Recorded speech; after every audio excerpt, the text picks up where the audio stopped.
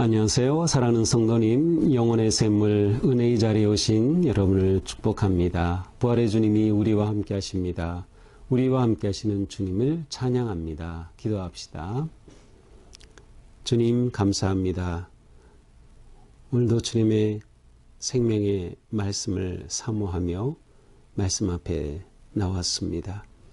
오늘도 주님의 놀라운 은혜의 말씀으로 저희들의 마음을 열어주시고 저희들의 마음에 그 귀한 음성을 들려주시옵소서.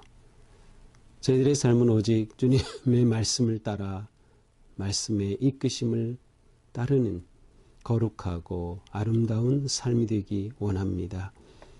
주님의 말씀 한 구절 한 구절이 우리에게 사랑스럽고 감사하고 소중한 생명의 말씀으로 다가오도록 주님 저의 마음을 만져 주시옵소서. 예수님 이름으로 기도합니다. 아멘. 네, 오늘 말씀은 민수기 35장 1절에서 21절까지입니다. 여호와께서 여리고 맞은편 요단 강가 모압 평지에서 모세에게 말씀하여 이르시되 이스라엘 자손에게 명령하여 그들이 받은 기업에서 레위인에게 거주할 성읍들을 주게 하고 너희는 또 그 성읍들을 두르고 있는 초장을 레위인에게 주어서 성읍은 그들의 거처가 되게 하고 초장은 그들의 재산인 가축과 짐승들을 둘 곳이 되게 할 것이라.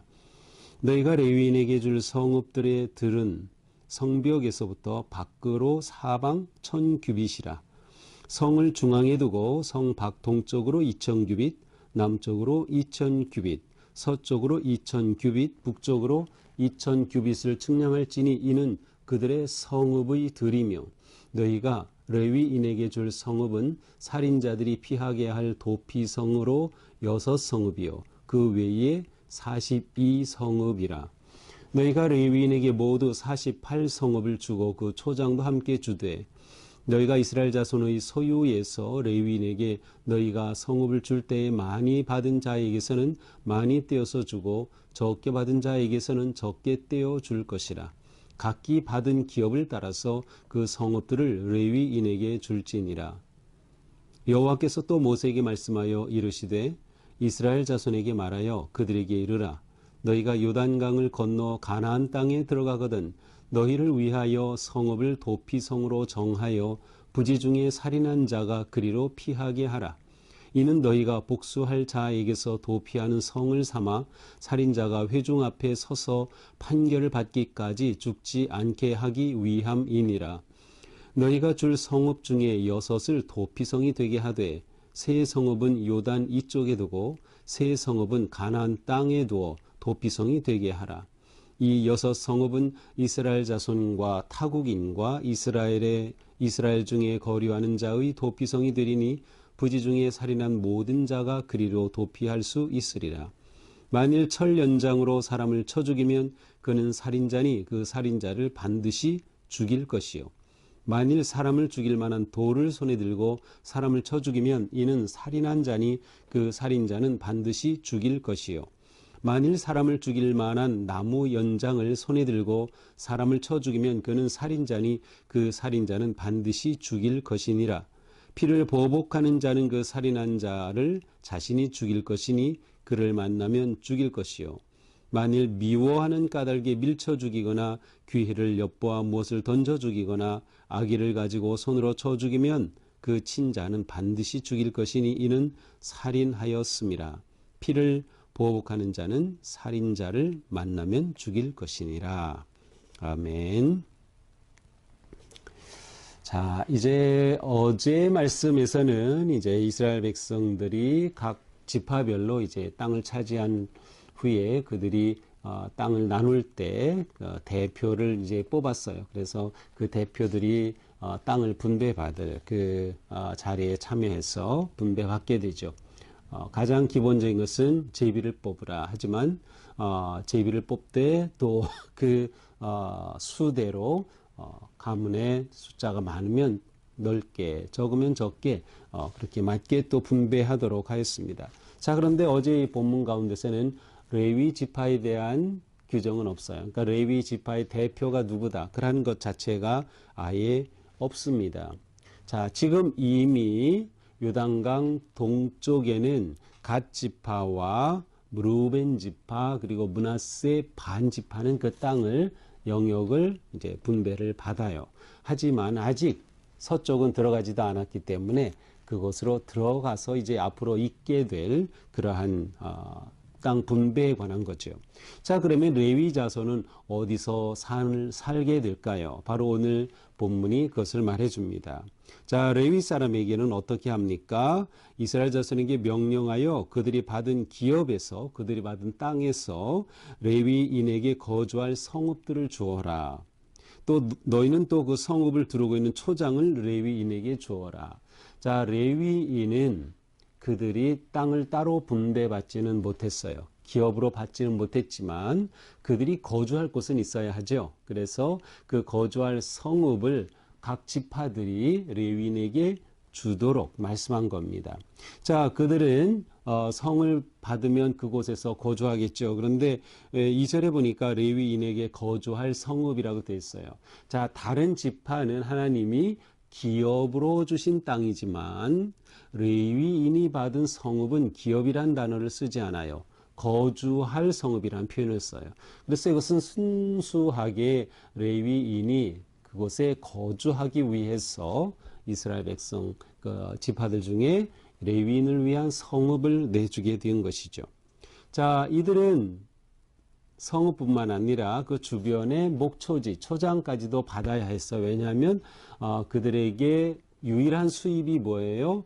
이스라엘 백성들이 제사를 드리러 올 때 제물로 드린 것, 그리고 특별히 우리가 민수기 몇 장이죠? 거기서 우리가 봤을 때 그들이 그 11조는 레위인을 위해 주어라 이러한 말씀을 우리가 앞에서 본 적이 있어요. 민수기 18장에서 우리가 그것을 봤는데 바로 그렇게 11조로 받은 동물들을 염소, 양 이것들을 어쨌든 키워야죠. 그것을 가지고 또 살아야 되니까 그래서 그것을 키울 목초지가 필요했습니다. 그렇다고 땅을 무작정 주는 것은 아닙니다. 목초지를 주되 3절에 보니까 그들의 재산인 가축과 짐승들을 둘 곳으로 주는 겁니다. 자, 그들은 목초지를 어느 정도 받습니까? 4절에 보니까 성벽에서부터 사방으로 1000규빗이다. 한 규빗, 1규빗이 45cm에서 50cm라고 본다면 1000규빗은 그냥 쉽게 말해서 0.5km, 500m입니다. 그러니까 성벽에서 500m이죠. 자, 그런데 5절에 보니까 성밖 동쪽으로 2000규빗이래요.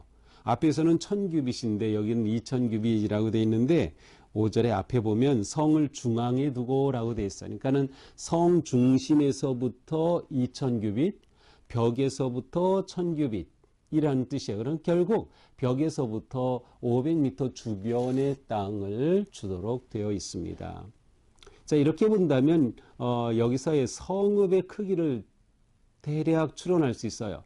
자, 성 밖에서 500m, 성 중심에서 1000m니까 성의 지름은 대략 2000규빗이 되는 것을 알 수 있어요. 그렇다면 성 지름이 한 900m 정도. 물론 성의 큰 것, 작은 것 있기 때문에 딱 이렇게 말할 수는 없지만 이제 오늘 본문을 근거로 해서 이렇게 추론해 볼 수 있는 것이죠. 자, 그러면 이렇게 이 성읍을 줄 때 성읍을 몇 개나 주어야 할까? 바로 그것이 뒤에 나옵니다. 6절에 보니까 레위인에게 줄 성읍은 살인자들이 피하게 할 도피성 6개, 그 다음에 42성읍, 그 외에 42성읍, 모두 48개의 성읍입니다. 자, 도피성으로 쓰일 6성읍, 이 6개 중에 3개는 요단 동편에, 3개는 요단 서편에 있습니다. 그리고 나머지 42개를 더해주니까 모두 48개의 성읍을 주게 되어 있어요. 자, 이렇게 레위 지파는 땅을 기업으로 받지 못하고 각 지파별로 흩어져서 살아야 하게 되었습니다. 자, 이것은 놀랍게도 창세기 49장에 가서 보면 야곱이 죽기 전에 이렇게 기도한 것이 나와요. 49장은 이제 야곱의 유언이 쭉 나오는데 각 지파에 대해서 유언을 하죠. 그런데 자, 창세기 49장 7절에 가서 보니까 이렇게 되어 있어요.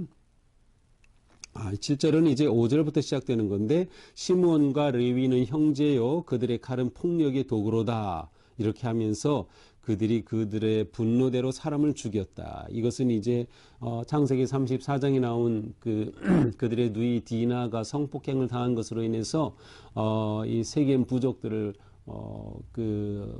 할 일을 빌미로 해서 들어가서 칼로 다 죽인 이러한 처참한 살육 사건이 있었어요. 바로 이 주도한 사람들이 레위 지파 사람이에요. 레위예요. 그리고 바로 시므온이에요. 그래서 이 야곱이 이것을 기억하면서 저주를 하는 겁니다. 그래서 7절에 보니까 저주를 받을 것이다. 분기가 맹렬하니 저주를 받을 것이라. 내가 그들을 야곱 중에서 나누고 이스라엘 자손 중에서 흩으리로다. 야곱 중에서 나누고 이스라엘 중에서 흩으리로다. 이 야곱의 기도처럼 정말로 레위 지파는 흩어졌어요. 각 여러 지파로 그 지파끼리 따로 모아서 살 땅을 받지 못한 것이죠. 자, 이렇게 48 성읍에 흩어졌죠. 자, 48개 성읍이니까 이스라엘이 전부 몇 지파죠? 12지파죠. 12지파니까 평균 한 지파에서 4개 성읍씩만 주면 48개 성읍이 나와요. 자, 그런데 8절에 보니까 너희가 성읍을 줄 때 많이 받은 자는 많이 떼주고 적게 받은 자는 적게 떼어주라, 이렇게 말씀하셨어요. 그래서 지파들 중에 적은 지파는 평균 4개를 줘야 되지만 그것보다 적게 주고, 큰 지파는 그것보다 많이 줬어요. 실제로 여호수아 21장에 가서 보면 이 성읍을 레위 지파에게 준 기록이 나오는데, 거기에 보면 모든 지파들이 전부 4개씩 주었는데 유일하게 시므온 지파는 1개밖에 주지 못했어요. 그 말은 시므온 지파가 아주 작고 약했다는 뜻이에요. 어쩌면 이것도 야곱의 저주의 기도대로 된 셈이에요. 그들이 아주 약하죠. 그래서 한 성읍밖에 못 줬어요. 또 납달리 지파는 3개밖에 주지 못했어요. 자, 그러니까 납달리 지파에서 1개, 시몬 지파에서 3개에서 총 4개가 이제 나왔어요. 그렇다면 나머지 이 4개는 모두 어디서 줬는가 하면 유다 지파에서 줬어요. 그래서 유다 지파는 8개의 성읍을 레위 지파에게 주었고, 시몬 지파는 1개, 납달리는 3개. 그렇게 하고 나머지는 모두 4개의 성읍을 레위 지파에게 주었던 것이죠. 자, 이렇게 해서 레위 지파에게는 성읍을 분배하게 됩니다. 자, 이제 9절부터는 도피성에 관한 말씀이에요. 이제 도피성에 관한 말씀은 오늘과 매일 본문까지 이어지는 그런 내용이지만, 이제 오늘은 중간까지 이렇게 보게 됐어요. 자, 앞에서 레위인에게 성읍을 줄 때 6성읍은 도피성읍이다 그랬거든요. 이 도피성은 무엇인가? 도피성은 사람이 누군가를 죽이게 되었어요. 사람이 누군가를 죽였다고 하면 그 사람이 공정한 재판을 받아서 그가 저지른 행위에 대한 벌을 받아야 되는데, 사람을 죽인 가운데서는 부지 중에 고의가 아닌 실수로 죽인 경우도 있거든요.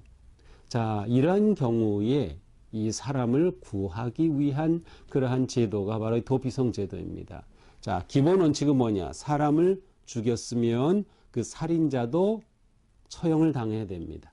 자, 이 처형은 누가 하는가? 12절에 보니까 복수할 자가 그 책임이 있어요. 복수할 자는 고엘인데, 고엘의 의미는 여러 가지가 있어요. 뭐 구원자, 구속자, 복수자, 이런 의미가 있는데, 이스라엘 백성들 가운데서 한 가문이 있죠. 그러면 그 가문의 고엘, 구속할 자, 예를 들어서 어떤 사람에게 일이 생겼어요. 그래서 그 사람이 땅을 다 잃게 되었어요. 그러면 그 가문의 고엘에 해당하는 사람이 그것을 되찾아 주었어야 했어요. 자, 살인하는 사건이 생겼어요. 그래서 우리 가문 중에 누가 죽임을 당했어요. 그러면 고엘에 해당되는 사람이 바로 그 죽인 것에 대해 복수를 할 권리가 있어요. 그래서 이 고엘은, 복수자는 죽인 사람을 찾아가서 즉각적으로 죽여도 마땅한 거였어요. 왜냐하면 살인은 죽음으로 갚을 수 있었기 때문이죠. 자, 이것이 기본 법이에요. 그런데 고의가 아니라 실수로 죽인 경우는 어떻게 합니까? 자, 이 사람은 공정한 재판을 받아서 이 사람이 고의가 아니었다는 것이 증명이 되면 목숨을 구해야 하는 거죠. 바로 이들을 위해서 도피성이 세워진 거예요.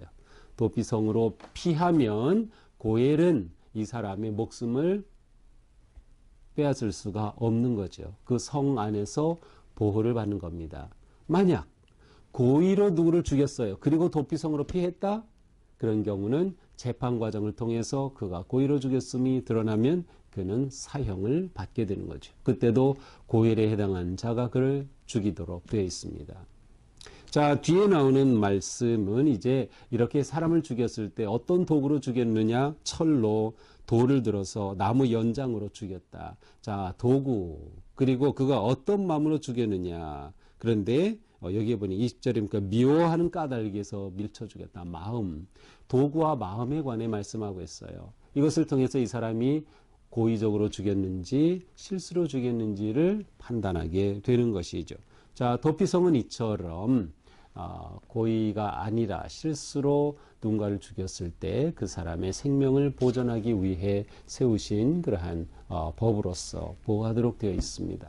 자, 이제 내일 본문에서 이 도피성에 관해 조금 더 자세하게 나오고 있어요. 자, 이 도피성의 이야기는 무엇을 말해줍니까? 아주 생명이 얼마나 소중한가를 보여줘요. 그래서 누군가를 죽였다 하면 그는 마땅히 처형을 받아야 돼요. 그러나 생명이 중요하기 때문에 실수로 죽인 그 사람의 생명도 소중한 겁니다. 그래서 그 사람의 생명을 보존하기 위한 이러한 도피성 제도에 관해 말씀하고 있습니다.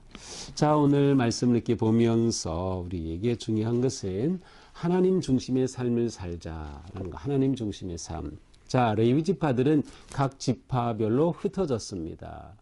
48개의 성읍으로 흩어졌어요. 자, 흩어져 있는 것은 이들에게 어떤 의미입니까? 이스라엘 백성들이 하나님 앞에 제사를 드리거나 또 어떤 절기를 지키거나 할 때 모두가 매번 다 예루살렘 성전에 오는 것은 쉽지가 않았어요. 따라서 각 지파에 있는 이 레위인들을 통해서 그러한 것들을 지킬 수가 있었던 것이죠. 레위인들은 상징적으로 모든 지파들에게 하나님이 우리와 함께 계시다라고 하는 그러한 의미가 있었습니다. 레위 지파는 제사장 그룹이죠. 또한 성전에서 봉사하는 자들이었어요. 따라서 이들이 각 지파별로 있다라는 것은 하나님이 우리와 함께 하신다라고 하는 그런 상징적인 의미가 있었던 거죠. 따라서 모든 이스라엘 지파는 하나님과 함께하는 하나님 중심의 삶을 산다라고 하는 것을 보여주고 있어요. 하나님이 우리 가운데 계시는구나. 하나님의 임재하심을 그들이 확신할 수 있고 그 믿음으로 살아갈 수 있었던 것이죠. 우리에게도 마찬가지. 그래서 우리는 하나님 중심의 삶, 하나님이 나와 함께 하시고 하나님의 임재 앞에 내가 있다라고 하는 믿음으로 우리는 살게 되어 있습니다. 자, 레위 지파에게는 하나님이 기업이라고 하셨어요. 하나님이 기업이에요. 땅이 기업이 아니라. 그래서 그들은 땅을 받지 않았고 성읍으로 거주할 곳만 받았던 것이죠. 그렇습니다. 우리는 이 땅에서 하나님의 나라를 기업으로 받는 하나님이 우리의 기업이신 그런 복된 하나님의 자녀들입니다.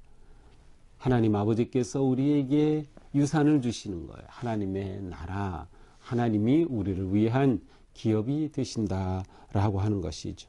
우리는 항상 하나님의 공급하심과 인도하심을 의지함으로 살아간다. 그래서 우리는 하나님의 자녀로 살아가는 것이죠. 자, 레위인들은 또한 이스라엘 백성들과 하나님 사이의 중간에서 중보자 역할을 했어요. 제사도 마찬가지 그들을 위한 중보자 역할이에요. 이것은 오늘날 우리가 그리스도인으로서 살아갈 때 우리는 세상과 하나님 사이의 중보자와 같습니다. 이것을 가리켜서 베드로 사도는 왕의 제사장이라고 한 거예요. 모든 그리스도인이 왕의 제사장이다.